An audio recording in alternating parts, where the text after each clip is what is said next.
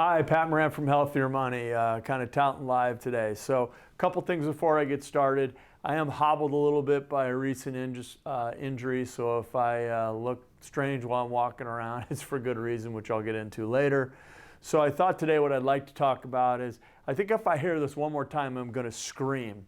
Because I've run into so many people lately that keep telling me about the buy and hold strategy or taking 4% out of their portfolio is what they're being advised to do. So they're 100%, let's say, invested in stocks, or the 60-40 stock bond mix that was touted originally with the 4% withdrawal theory has so many problems to it right now, it just doesn't make any sense. So one of the things I'd like to show you is, let's just do the math. We've got Joe and Sally. Let's say they've got a $500,000 portfolio. Okay? And along comes Mr. Finance Guy who says, let's put this money in a 60-40 blend, let's say between stocks and bonds or whatever your mix is. I'm thinking 60-40 is kind of generous because I'm seeing a lot more stocks than I am bonds per se, but let's just say 60-40 because I know bonds have come way down in yield. So we've got stocks and we've got bonds. Never really good in the handwriting department. But we're looking at the market lows of March 23rd. And the market lows from March 23rd where the market was down 34%. So if you're sitting there at your $500,000 portfolio, you're now at $330,000. Okay? And Mr. Finance Guy has told you that you can reasonably take 4% off that portfolio when the market's going. Well, it's not 4% of 500,000 anymore. It's 4% of 330,000, or roughly, what is that? 12,800 bucks or 13,000. I think it'll be what? The numbers I came up with, I think I wrote them down, were 13,200 bucks. Okay?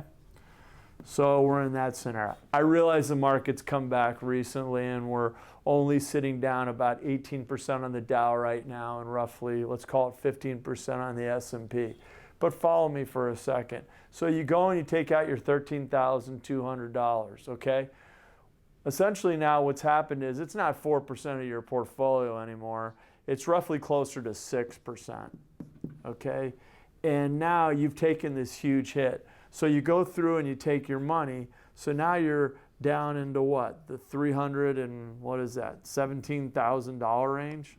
So now you're beginning to ask yourself, what is it going to take for me to come back to my $500,000 just to get even? Because I still want to take my 4% income, but I also like to get back to where I was. Because if I keep having these kind of volatility moments with my portfolio, and I'm continuing to try to pull out my 4% or my $20,000, which, by the way, I need another $6,800 from my portfolio here to make for my $20,000 so that I'm at. So let's just call it, if I go and I take $20,000 for my $330,000, so I really now am down to $310,000.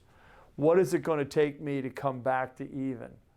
So what is it going to take me to make back that $190,000 that I'm down on my portfolio?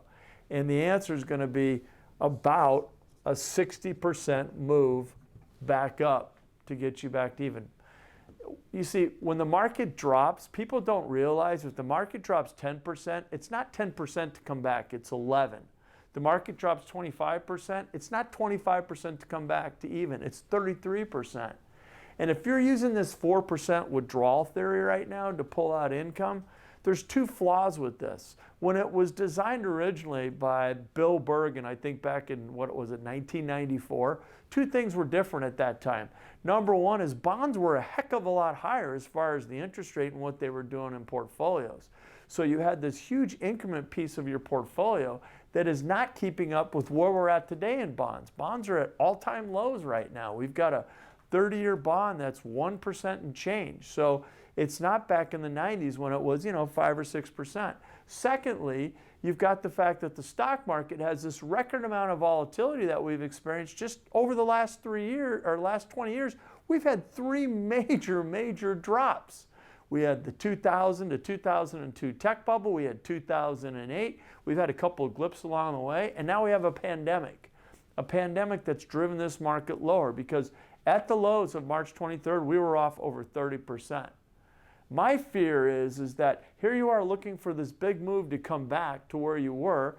You've been taking 4% from your portfolio because that's what everybody's telling you to do, and that's ridiculous. The funny thing is they've interviewed Bill Bengen today, and he said it's about 4.5%. You got Wayne Pfau from the American College of Financial Planning, or the Retirement Income Institute, who's saying, no, it's 3%. So, and you got guys saying that this thing should go out the window anyways, because how many people truly have a 60-40 blend? It really depends on what your blends are. Some people have 80% in stocks. Some people have 80% in bonds. So this idea that it was going to last 30 years, guess what's happened since 1994 too? We've gotten better with medical technology. So the average person is living longer. So this 30-year model, maybe people are living 35, 40, 45 years.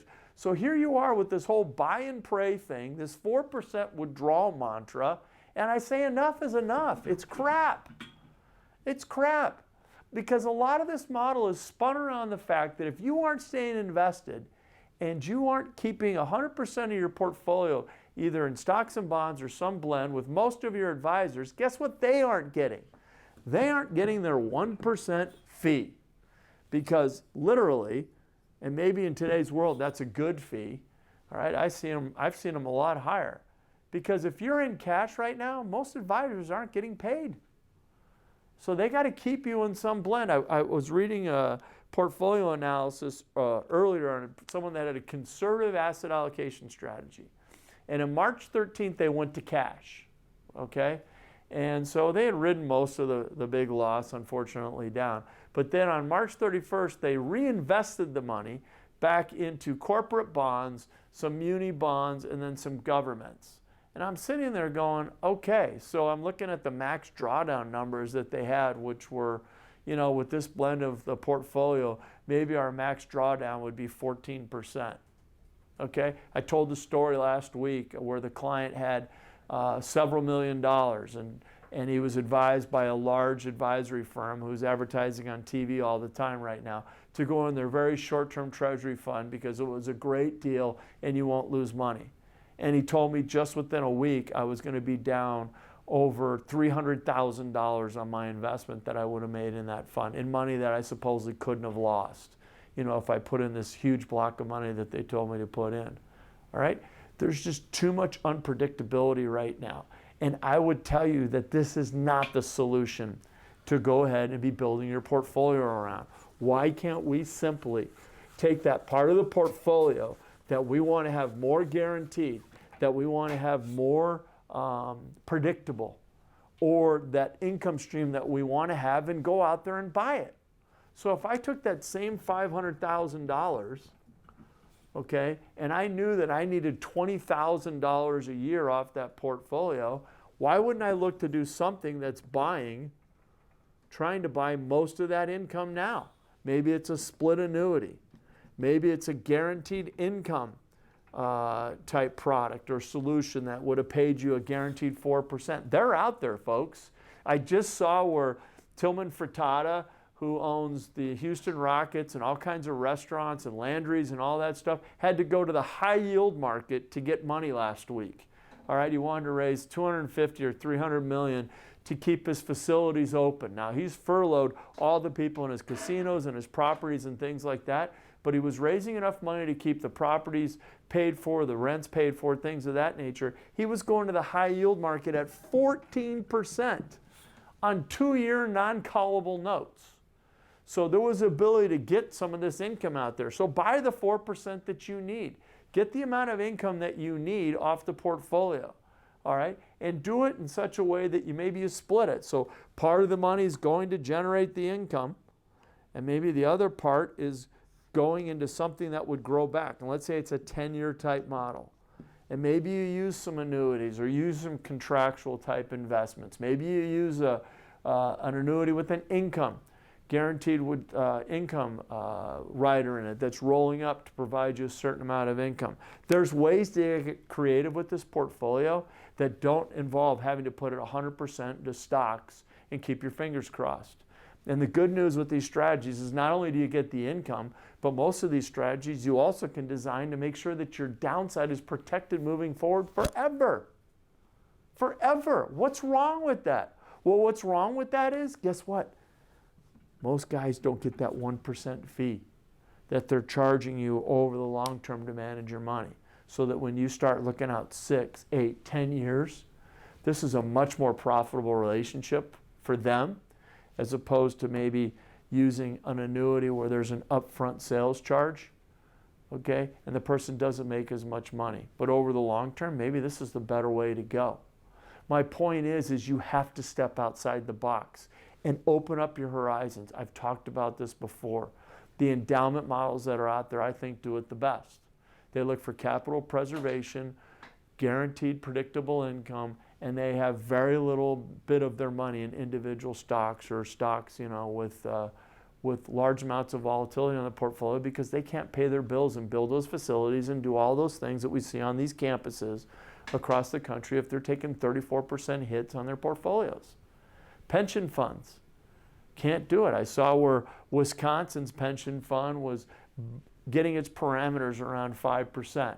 And even with the market pullback, the way the pension plan was structured, they still were expecting a 6% net rate of return with these volatility built into it. So my point to you is there are ways to constructively build portfolios that have lower volatility associated with them, better guarantees, and can get you the income stream that you want to have.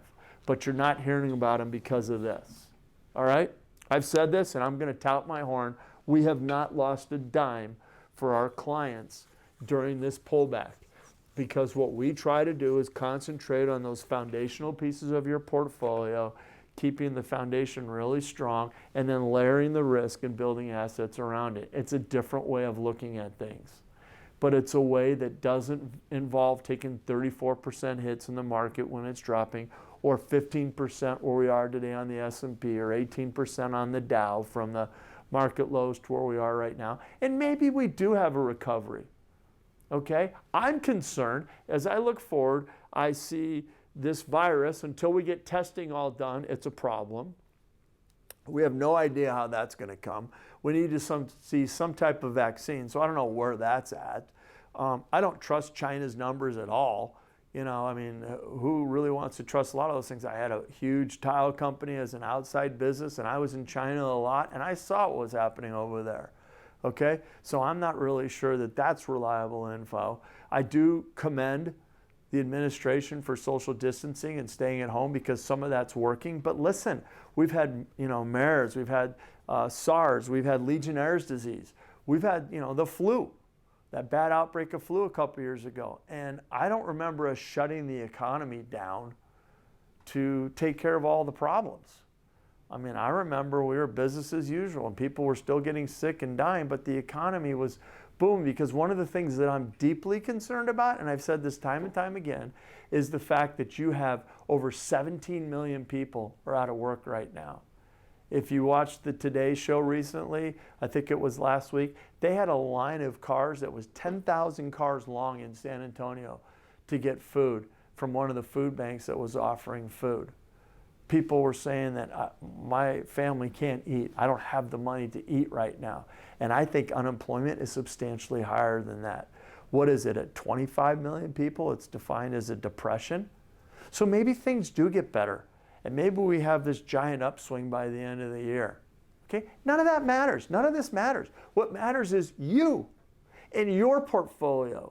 And I've had so many people through this volatility said, I can't stand these ups and downs. It's driving me nuts. I can't sleep at night. And if I have my broker tell me one more time to just hang in there, everything's going to be okay, well, let me ask you this. What if it's not?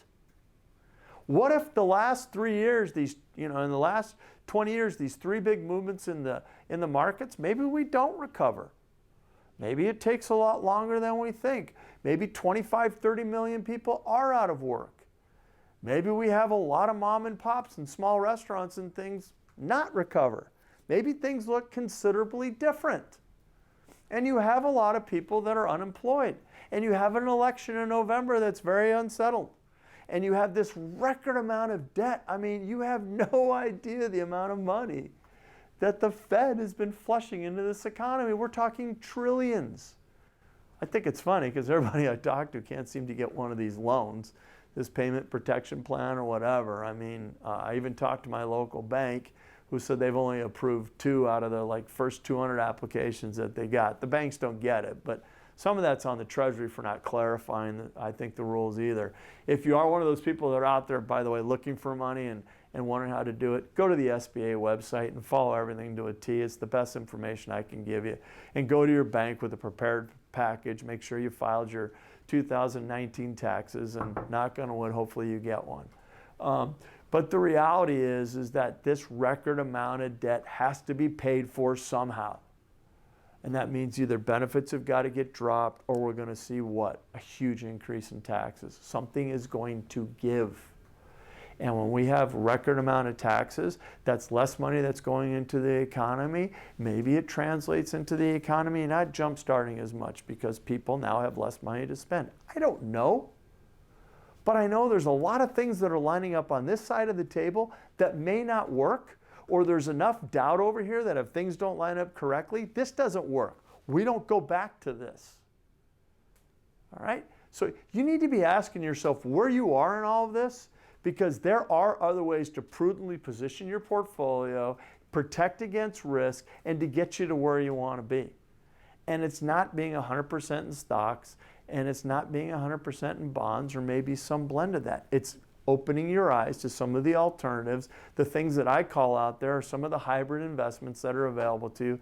There's a lot of other things than just buying a mutual fund or buying a 1% wrapped account, or having bonds in a portfolio. And if you're paying for bond advice in your portfolio with a 1% fee, guess what? You're going backwards. Because if your bond portfolio is 1%, you're paying a 1% fee, that yield's gone. And you still got taxes and inflation to contend with a lot of times. It just cracks me up, or this whole deferring. Let's defer all of our money in these tax deferred accounts because it's going to work out great. Yeah, and we're going to talk about deferral tomorrow because that's going to be a funny one once I go through that exercise. So first thing I'd like to emphasize in this is please go outside and start looking at different things. I've made healthier money available. I've said go to our website, click on the client tag, ask for information there in the message part of it for reports and things. Yeah, just post it. And there's also in the comments here on this live broadcast, just say, hey, send me some of your reports on indexing or hybrid or how to protect my portfolio or new asset classes to think about retirement. We have them. People are signing up for them. We've got some webinars coming up Wednesday night at 6 o'clock. Got a bunch of people signed up for that. We've got people that have been clicking our ad right now. We got an animated ad going out there for different types of portfolio advice. So we've got stuff available. It's free of charge. Click it. Great. If you want us to talk to you, we'll talk to you. Don't want us to talk to you, worse for the wear of learning about some of these things that are out there. Our job is to try to help during this. Our job isn't necessarily to convince you to become our client. That takes care of itself. So that's the first thing I want to talk about. Second thing I want to talk about is this is me yesterday. So I'm wearing this, and I even took it to a more of an extreme. I had this, and I had this, okay? And I was walking into this lovely store, which I've been into twice, I think, in my entire life. I really was spending time trying to think about how many times I've been there. And it was Walmart. And it was that they wanted to play football. Now, frankly, I had no reason being there. If you know my situation, kind of roughed up when it comes to health-wise. And unfortunately, I got some worse news besides getting this hip taken out. I got a couple of things hurdles I got to jump over, but it's always something with me. I seem to get through them. So I'll get through these additional hurdles that I got thrown at me today before I can even have surgery to get the stupid hip taken out. And I can't get the hip taken out right now because I broke it on the inside, not the outside. So it's not as much of an emergency if it was broken on the outside. And with my immune system anyways, everybody's saying you can't go in the hospital because you'll probably get this darn thing. So I'm out for about 4 to 6 weeks just dealing with the pain and handling life. And I'll deal with the other issues that have come up. But I think it's interesting that in the last week, I had to have some blood draws, okay? I had people come out to my house, and I literally came home. I sat there and did blood draws. One day, unfortunately, I wasn't hydrated enough, so they couldn't get enough veins. I have a port, but if you have a port, you can't have it done. They can't access it unless it's under the right medical conditions. So she came back out over the weekend and got the blood and got the results. Doctor set up a teledoc appointment with me today and went over all this stuff and, you know, chastised me for this, and this, and said we got to address this, we got to address that. So interestingly enough, I had another place call me that was going to be an infusion center, so I've got to go to this outpatient type stuff. They can't do it in the hospital, so I'm going to go to the next best thing, these outpatient facilities, and I'm going to get a couple other things on board that have got to get done. Then for my hip, you know, I went and saw the doctor and we did the distancing, and he looked at the, you know, the x-ray and said this and this is going on and this is bad, so we got to do this and this is how we're going to do it or whatever. The funny thing was, again, it was all done teledoc. Talked to another doctor today who's got some other, you know, crazy news. It's just been crazy lately, and just, you know, he's going through saying this and this, and he's saying this is where you'll go and get this, and this is where you get going this. My point, it was all done virtually. So I went into Walmart yesterday thinking of anybody, they would practice good habits with social distancing. It's Easter. How many people are really going to be in there? Boys wanted a football, so I took a couple of the sons and we went, you know, my sons, and we went over there and got a football. Lord knows, I didn't think anybody was going to be there. It was Easter, for Pete's sakes. Everybody was going to be home. You know, I mean, even we did the virtual mass yesterday. And so I figured, you know, people would be home doing that. Well, sure enough, I walked into Walmart, and here's Walmart, right? Here's the store. Here's the entrance, right? Here's the sidewalk going into it. And sure enough, they got the lines, right? And they got the guy standing here, and he's got a mask on, and he's sitting there with his iPad, and presumably, I guess he was counting the amount of people, you know, coming into the store. So I figured, you know, I'll sit here, I'll wait in line, everything will be fine. I can go in there being socially responsible. It's Walmart. Come on. At the end of this thing, people, Walmart and Amazon are probably going to own the world, and Apple, okay? So, you know, I figured of all the people that are going to set a good example, it's going to be Walmart, right? So I figured, you know, I'll go stand in my line and I'll get this football and hobbling in there in my crutches and wearing my mask and my glasses and stuff. Well, you know, here comes other people that are coming in this way, and here comes other people coming in this way, and here I am, and the guy's like, waves me right through. I go into Walmart, what a cluster. I could not believe the amount of people that were in Walmart. I mean, it was crazy, okay? I'm serious. If there was 1,000 people in that store, I could be light, all right? So there I am walking around in my mask, and I got this stuff, and, you know, certainly not touching anything because I got my hands in my pocket, right? And I'm trying to respect space and stuff like that. Are you kidding me? There was no space to respect. People were walking by. You know, I got shoved by a couple of people. I'm in checkout, and people are right on me, and, you know, people in front of me are checking out and touching stuff and everything, and I got people touching, and I'm just like, come on. This is supposed to be social distancing. This is supposed to be responsible. This is the beacon. One of the bellwethers of our entire economy is Walmart. You know, and then I was in there, and I felt sorry, and I was mad. I felt sorry because there was a lot of people that were, you know, they say that the disease is picking on a lot of people that maybe don't have access to good medical care, or maybe are minorities in our population, whatever, okay? And I'm looking around, and if 10 people had a mask in there, that was a lot. And I started asking people, and people were like, I can't afford a mask. Are you kidding? I've just got the money I can to get what I need and get out of here. Or where am I going to get a mask? And I was like, well, get a bandana. And out of curiosity, I was like, I'm figuring I'm here. I'll go and check out bandanas. Well, they were sold out, in fairness. They were sold out of this. Sold out of toilet paper, which just cracks me up. I guess you could use your left hand, as other parts of the world do, but I won't get into that right now. Anyways, I'm sitting there, and, you know, I gave up cussing for Lent. And I walked out of Walmart, and I got the football. Now, mind you, we didn't touch anything.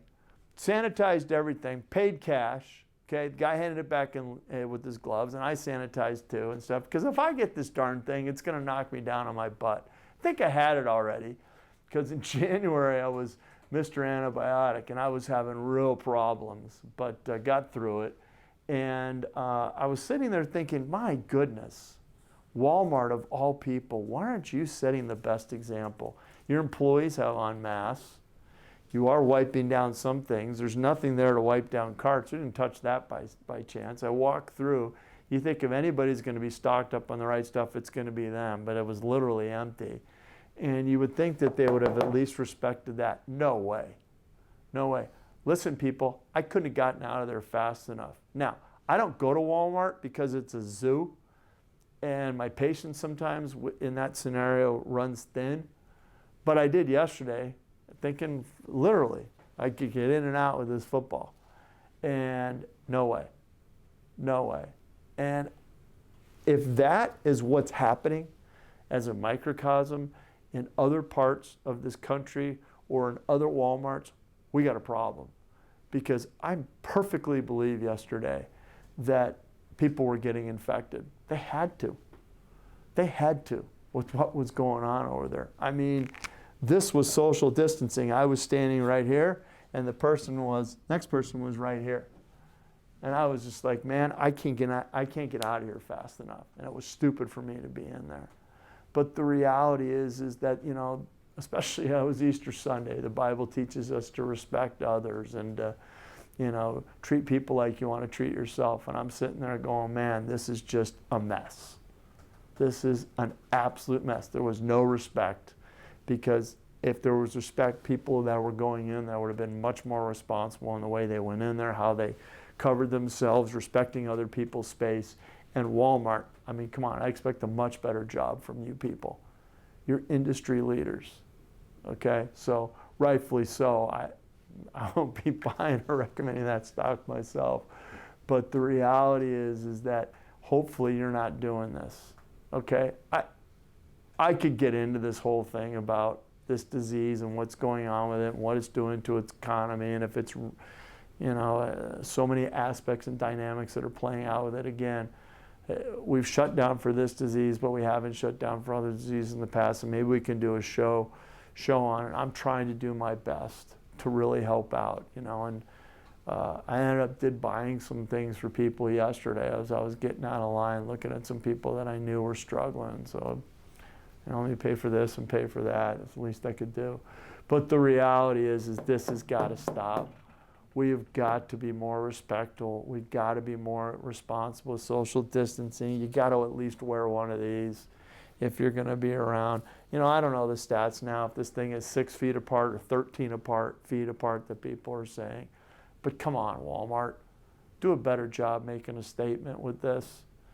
All right? Last thing I want to talk about is tomorrow I'll get into tax deferral and what that all means, because once I do a simple exercise on the board, it's going to be this wake-up moment. You're going to say, why the heck are we doing that? And I'll tell you that we're doing that because it's easy to do, okay? And everybody thinks it makes sense, but right now we are in one of the lowest tax environments we've been in history, so why would we be deferring money? And I can show about when that whole deferral came out, different situation at that time. Doing it now, I just question as to how much sense it makes. But we'll go over that, you know, tomorrow. So more importantly, I hope today you got at least a little message out of, you know, let's open our horizons when it comes to looking at different solutions for our portfolio. You can go to healthiermoney.com and see all the different things we can make available for you. Just ask. Please send me all your reports. Give me the information. Put it in the comments on the Facebook Live. We do have a webinar going Wednesday night at 6 o'clock. If you want to sign up for that, it's called Volatile Times in America and How We Address This Risk. We talk about a couple of great strategies and ideas on how we're going to do that. So you can register for that. You can call our office, speak to Brock. He'll sign you up for that. I know there's a bunch of people sign up for that. And lastly, if you're doing this and you're around other people, at least show respect to other people, okay? I'm not saying ban Walmart, but I am saying ban the practices of being one of those people that's in there not giving a rat's about anybody else as far as what they're doing. And then also, you know, as I said, I blame the people and I blame Walmart. So I walked out of there knowing this is just a futile argument to have. I was upset, to say the least.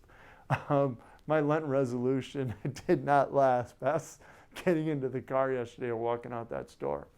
But the reality is, you know, take care of yourself. And the last thing, as I said, all the stuff that's been happening to me, medically speaking, I mean, I'm just amazed at how this virtual world has just come into play, and how, you know, doctors can read x-rays and determine I got a broken hip, or, you know, the joint's gone, and I can have blood tests at my home, and I can get, you know, blood results, and I can have the doctor go over with me right there, and I can get other stuff scheduled to, you know, through these different centers to get all these things that I need to hopefully get back on track. It just amazes me. Things are going to change forever. And in your portfolio and things that you're investing in, you need to be looking at what opportunities are you know, going to make more sense going forward. Is oil going to make as much sense as healthcare? Probably not. So everybody's saying, oh, oil's at this great discount, I'll buy.